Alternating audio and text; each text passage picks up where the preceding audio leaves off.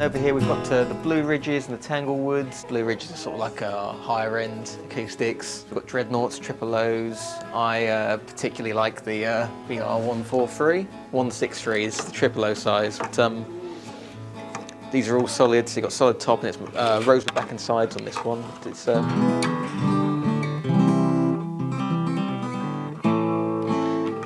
big fan of the Triple O size, just because it's a bit smaller than a Dreadnought. It's easier to get your arms around. It's just not quite as much faff to play. So, but they sound really, really good. Parlour guitars, some of the really smaller bodied ones. The bigger the guitar, the louder it is, the bassier it'd be. Something like this is a Dreadnought, which is like the second biggest size of acoustic, but this is going to be a lot more projection, a lot more low end than say like the Triple O's I had out there, or definitely more than the Parlour.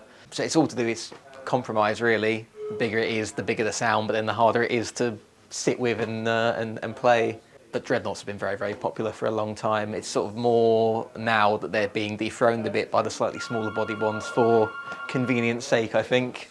The Triple O, you get a little bit more of a cutting, brighter sound out of it. So if you're doing lead stuff, it sits a little bit on top, whereas if you're really trying to fill the space, Dreadnought sizes are really, really good for that. But they both certainly have their place. If you're doing like a bluegrassy kind of thing, the smaller body ones are really popular just because they have that brighter, zingier, higher top end that really cuts through the mix for lead playing and things like that. But again, if it's slower, more gentle, more strummy, that bigger sound that you get from, say, a Jumbo or a Dreadnought really does add sort of an oomph to the sound. So it would all depend on what you want out of it, I think.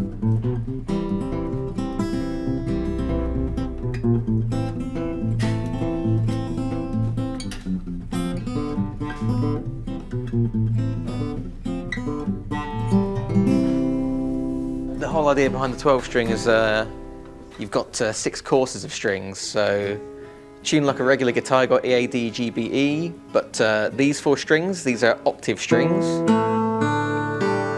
and then the last 2, the B and E, are just unison. There you go.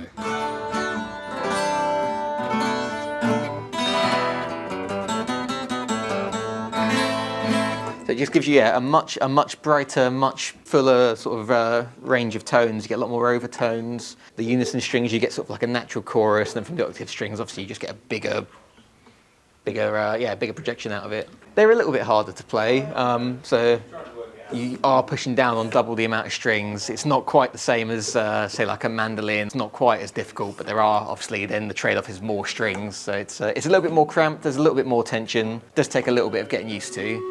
But when you do get used to it, it is something you can't really replicate otherwise. This is a jazz Manouche guitar, so this is a gypsy jazz guitar, sort of styled after the ones that Django Reinhardt and players like that would be playing in the 20s, 30s, Selma style instruments. They're quite a lot bigger than an equivalent regular acoustic, so you've got like a bigger body, they're much longer scales, so these are like 26.5-inch scales, so they're quite a bit to get your hand around, but they do have their own sound, definitely. It's a much boxier, projecting kind of sound. The unusual sound hole lends itself to that.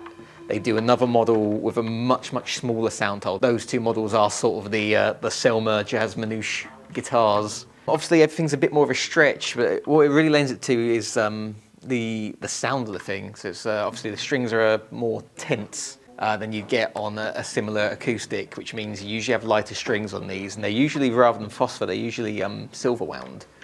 So it's a bit of a mellower, again, sort of more boxy kind of tone. It is very much its own thing, not something you can replicate very easily on another guitar. There are some really fantastic players playing stuff like this.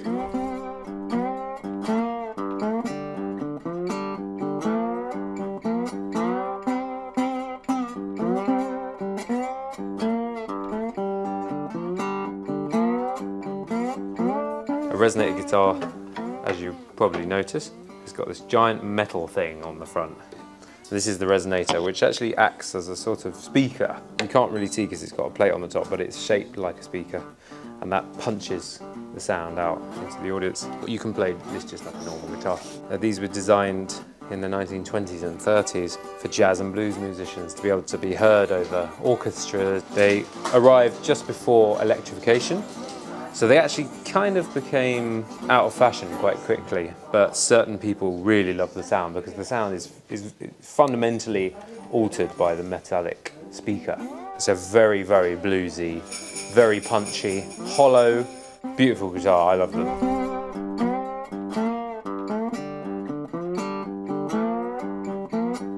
This one is a single cone, so it has one giant bowl here. The other thing that sets this apart is wooden bodied.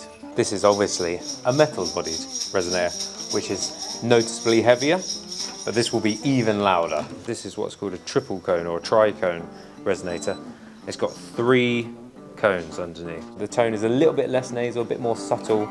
It's more towards what you'd expect from a guitar tone, but with all the punch and power of a resonator. They often come with a slightly higher action as well, which allows slide playing, which brings us nicely onto third type of resonator, which is a square neck resonator. This is obviously a completely different animal. It's got a completely chunky square neck, which is designed to be played on its side like that, with a flat slide on top. Not massively different in kind of concept to a lap steel.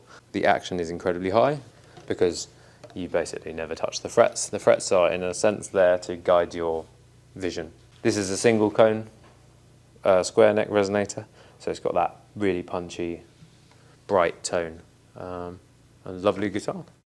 Yeah, so baritone, these things usually range, if a regular guitar's sort of in the 25-ish inch scale, these usually range between sort of 27 to 29 depending on the tuning, but it's a much lower, this one is B to B I think.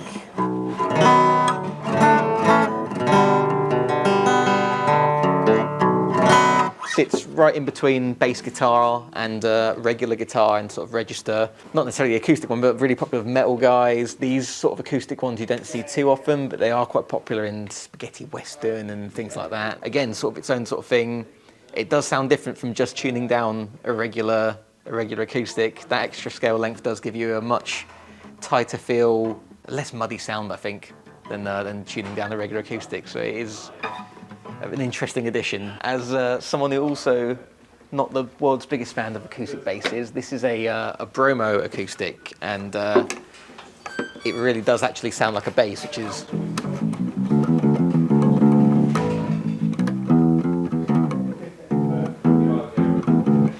it's a lot, yeah, you get a lot low end from such a little thing. Where they're shorter, they've got their own sort of special strings that are a lot more mellow sounding than a lot of more traditional acoustic basses, which just have really big phosphorus bronze strings on them, which can be a bit trebly, can be a bit rattly, but something like this actually sits really nicely in the bass register. Not something we get in all the time. This is a cigar box, 4 strings, they're really popular with like blues guys, delta guys, slide guys. They can be tuned to be played as a fretted instrument rather than slides. They're quite fun, quite simple little things. They're completely hollow, being made out of a cigar box as they are, so they've got their own sort of thing about them, definitely. And the other one we've got is actually from South Africa. This is an oil can guitar. An old Castrol oil can, block of wood put inside to support the tension. They made make necks and whack electronics in it, and it is very compact. But they've been making these in Africa for decades now. They've been a big thing over there, and I say this one's second hand, but yeah, definitely a bit of fun, definitely its own sort of thing. It is still a block of wood on the inside, keeping everything all together, so sound-wise it's not too dissimilar from a regular Strat style. But it's a lot smaller, it's quite a lot lighter, certainly its own thing.